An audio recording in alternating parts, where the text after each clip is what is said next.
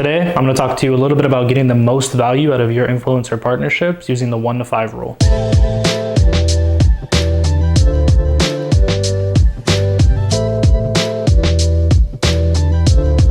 A lot of our clients think that the main benefit you get from influencer partnerships is direct conversions. Now, while it's likely you will get some of those from your partnerships, it's not really the main reason you should be looking to influencer marketing. There are far more efficient ways to convert patients when they are poised to be converted. The big benefit that you actually get from influencer partnerships is fuel for your content creation. We found that after landing the first influencer partnership, or even maybe after doing a few, clients don't really know what kind of content they should be producing or what volume of content they should be producing. So they often leave it up to the influencer, or they take a couple haphazard videos here and there about the procedure and the entrance and things like that. It doesn't really come together cohesively. Now listen, come in closer. You're making a huge mistake if you're doing that. You're missing out on a huge opportunity if you aren't planning ahead for your influencer partnerships and their visits and figuring out in advance what kind of content you're going to be making. But that's easier said than done. So we developed the 1 to 5 rule. This is exactly what the hell you should be doing when you have an influencer come into your practice. So here it is, the 1 to 5 rule. To start, you need to plan for at least 1 email blast. Generally, you want to limit the amount of email blasts you'll be making to 1. But this doesn't mean that you can't actually use that influencer content in your other email campaigns down the line.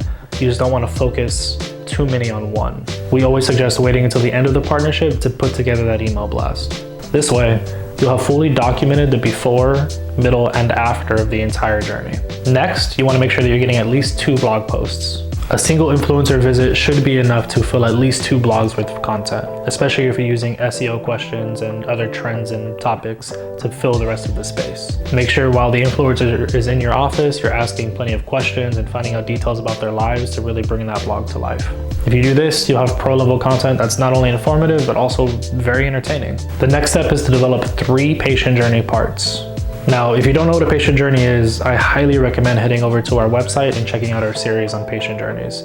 They will give you a ton of information and you'll really learn about why they are such a valuable tool for your practice. But a simple definition of a patient journey is that it's a story that covers the entire experience, start, middle, and end of what a patient would go through if they were to have a treatment. Now, you're going to want to put your journalist hat on a little bit for this. You're going to need a ton of quotes, a ton of information, and a ton of details to fill those 3 parts. If you do though, patient journeys are immensely valuable and hugely beneficial to converting patients who are interested in getting a treatment with your practice. Next up, you should be getting 4 social media posts from a single visit from an influencer.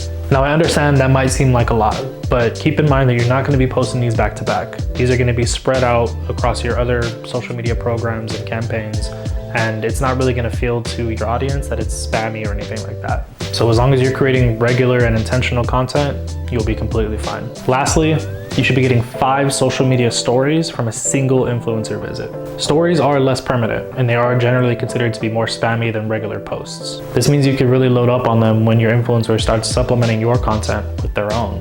Now remember, it is important to cover these things during the negotiation stage. That way the influencer knows that they need to be tagging you in everything they put out. 5 is the goal, but you should never be worried about adding more stories to this. As long as it's not the only thing you're posting, you don't need to worry about becoming a PR machine or anything like that for the influencer. And there you have it, the 1 to 5 rule to make sure you are getting the absolute most value that you can out of your influencer partnership.